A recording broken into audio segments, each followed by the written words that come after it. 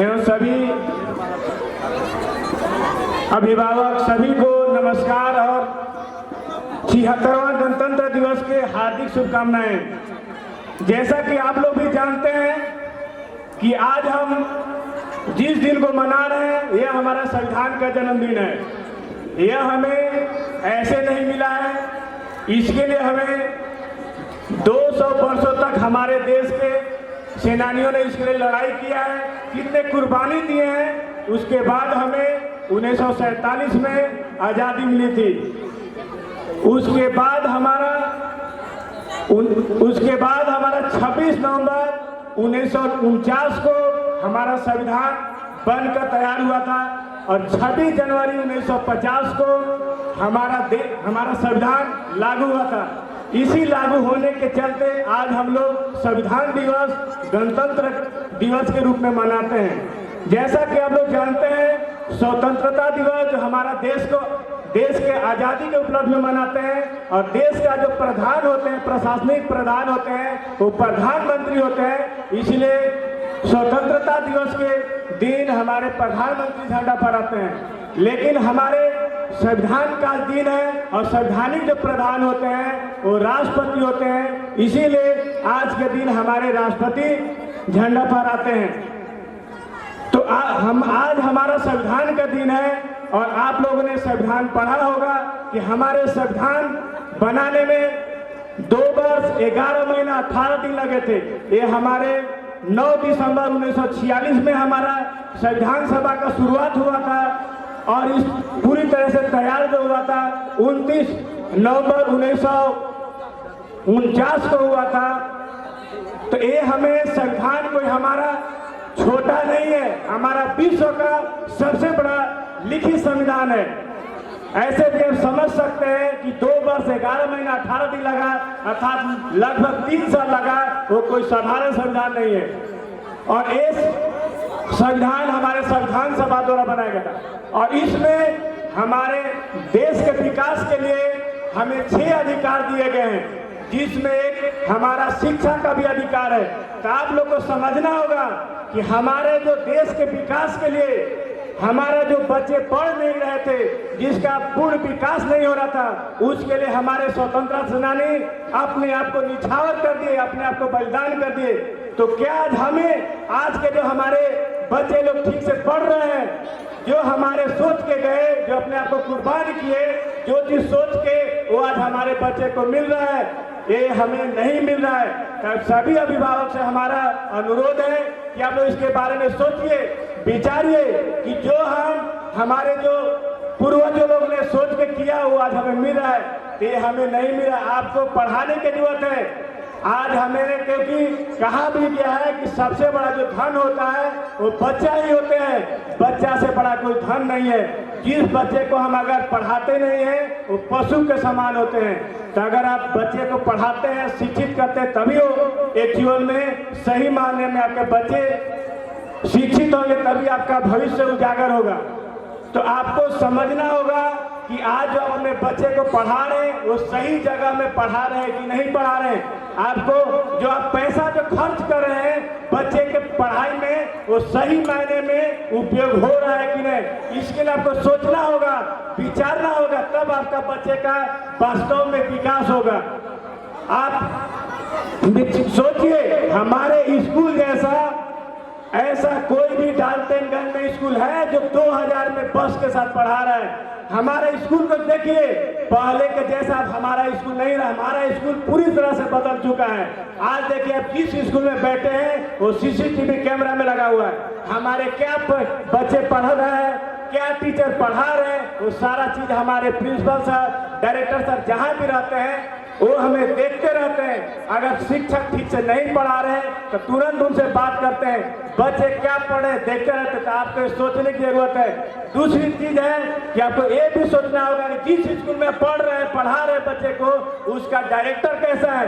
क्योंकि आप लोग सभी खेती बाड़ी करने वाले हैं, ऑफिस में काम करते होंगे, तो ऑफिस का मालिक कौन सा ऑफिस अच्छा होगा, किस ऑफिस का मालिक पढ़े लिखे गुणवान होंगे, वही ऑफिस अच्छा से चल सकता है। तो हमारे जो डायरेक्टर सर हैं वो हमारे नेट द्वारा किए हुए हैं। ऐसे डाल्टनगंज में आप पूरे देख सकते हैं, हमारे कितने भी बड़े बड़े स्कूल हैं, बहुत कम ही एक आध दो तो आपको मिलेंगे जिसके डायरेक्टर नेट JRF किए हुए हैं। तो आपको सोचने की जरूरत है, जिस स्कूल का मालिक इतने पढ़े लिखे हो, जिस स्कूल के प्रिंसिपल नेट निकाले हुए हैं, जिस स्कूल के टीचर नेट निकाले हुए हैं, जिस स्कूल के टीचर B.Ed C.Ted किए हुए हैं, उस स्कूल का पढ़ाई कैसा होगा? इसमें कोई संदेह करने की बात नहीं है, सिर्फ आपको बदलने की जरूरत है। जिस प्रकार हमारा स्कूल पहले से अभी बहुत बदल चुका है, आपको अपने आप को बदलने की जरूरत है। अगर वास्तव में बदलिएगा तभी आपका बच्चा का वास्तव में विकास होगा। तो ये आपको सोचने की जरूरत है। पहले और आज के में बहुत अंतर हो चुका है। आप देखिए हमारा स्कूल जो हमारे प्रिंसिपल सर कह रहे हैं वो कर रहे हैं। देखिए हमारा, आप पीछे देख सकते हैं, पूरे हमारा लैब तैयार हो रहा है। अब हमारा स्कूल पूरी तरह से बदल चुका है। सिर्फ आपने जाके घर में विचारिए कि हम जो पढ़ा रहे हैं सही जगह पढ़ा रहे हैं कि नहीं। तो आपको ये सब चीज सोचना होगा। अभी हमारे स्कूल में ऑफर भी चल रहा है, 5,000 की जगह पर अभी 2,500 में हमारा एडमिशन हो रहा है। अभी 50% डिस्काउंट चल रहा है। तो ये हमें ये मत सोचिएगा कि हम पढ़ाई करें, ये आपको सोचना है। हमारे डाल्टनगंज में कोई भी ऐसा स्कूल नहीं होगा जो इतने अच्छे पढ़ाई दे रहा है 2,000 रुपये में बस के साथ। सिर्फ हमारे सभी सर दे रहे हैं, क्योंकि वो हमें गरीबी से ऊपर उठे हैं। उनको पता है कि हमारे पोखरा वासी सभी गरीब है। जब तक हम हेल्प नहीं करेंगे, उनका मदद नहीं करेंगे, तो वो नीचे से ऊपर नहीं उठेंगे। उनको अगर हमको आगे बढ़ाना है, उनको शिक्षित करना है, तो उनको हमें मदद करना होगा। इसीलिए वो हमें 2,000 रुपये में बस के साथ पढ़ा रहे हैं। तो आप लोग से हमारा यही निवेदन है कि आप लोग सोचिए, डाल्टनगंज में आप कोई भी ऐसा स्कूल नहीं मिलेगा जहाँ पर इतने कम फी में इतने अच्छे टीचर रखे हुए हैं। आप लोग जो एक प्रोग्राम देख रहे हैं, दूसरे स्कूल में जाइएगा तो बड़ा बड़ा बच्चे से प्रोग्राम करवाया जाता है। क्यों ऐसा करवाया जाता है? क्योंकि छोटे बच्चे में ज्यादा मेहनत लगता है। आप जो देख रहे हैं छोटे छोटे बच्चे, बड़े बच्चों को हम आराम से सिखा सकते हैं। जो बड़े बच्चे 5 दिन में सीखेंगे, वो छोटे बच्चे को महीना 2 महीना लगता है। तो जितने छोटे बच्चे को तैयार करने में टाइम लगता है उतना बड़े को नहीं। तो बड़ा जो स्कूल है कहीं भी छोटे बच्चे को प्रोग्राम में नहीं पार्टिसिपेट करने देता, क्योंकि उनको मेहनत करना पड़ता है। और हमारा स्कूल मेहनत करने में कभी पीछे नहीं होता है, मेहनत हमेशा करता है। इसीलिए यहाँ से देखिए 4 तल्ला बिल्डिंग उठ चुका है, सभी देखिए पूरा CCTV लगा हुआ है। ये आपको सोचने की जरूरत है। हमारे देखिए टीचर सिर्फ पढ़ाने में ही नहीं है, पढ़ाने के साथ साथ सभी चीजों में आगे हैं। ये जितने भी बच्चे लोग तैयार कर रहे हैं, जितने भी कोई हमें बाहर से टीचर नहीं आए हैं, सभी हम टीचर हैं जो पढ़ा रहे हैं, सिखा रहे हैं उनको। तो इससे आपको समझने की जरूरत है, सोचने की जरूरत है कि हमारा स्कूल कितना आगे जा रहा है। आज देखिए क्या हमारा स्थिति है। कुछ दिन में हमारा स्कूल डाल्टनगंज में नहीं, पूरा झारखंड में लहराएगा। लेकिन इसके लिए आप लोग को साथ देना होगा, क्योंकि एक हाथ से ताली नहीं बजता, ताली बजाने के लिए दोनों हाथों की जरूरत पड़ती है। तो हम लोग तभी आगे बढ़ सकते हैं जब सभी आप लोग गार्जियन, अभिभावक हम लोग का साथ देंगे, तभी हम आगे बढ़ सकते हैं। क्योंकि आप लोगों के सहायता के बिना हमारा स्कूल नहीं आगे बढ़ सकता है।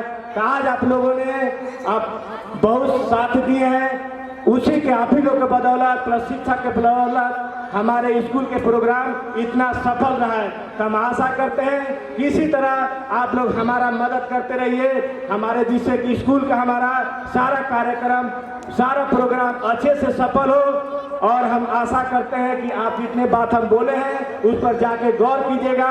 जो आप 4,000 रुपया जो बड़े स्कूल में दे रहे हैं, अब हमारे स्कूल में जो 2,000 में पढ़ा रहे हैं, जो डबल पैसा दे रहे हैं, डबल शिक्षा मिल रहा है, ये आपको सोचने की जरूरत है। बड़े स्कूल में 4,000 रुपया बिना बस के लग रहा है। तो आप जाके एक बार विचारिएगा कि हम जो कह रहे हैं, भाज रहे हैं कि वास्तव में कह रहे हैं। तो हमें आशा है कि ये सब बातों पर आप ध्यान दीजिएगा।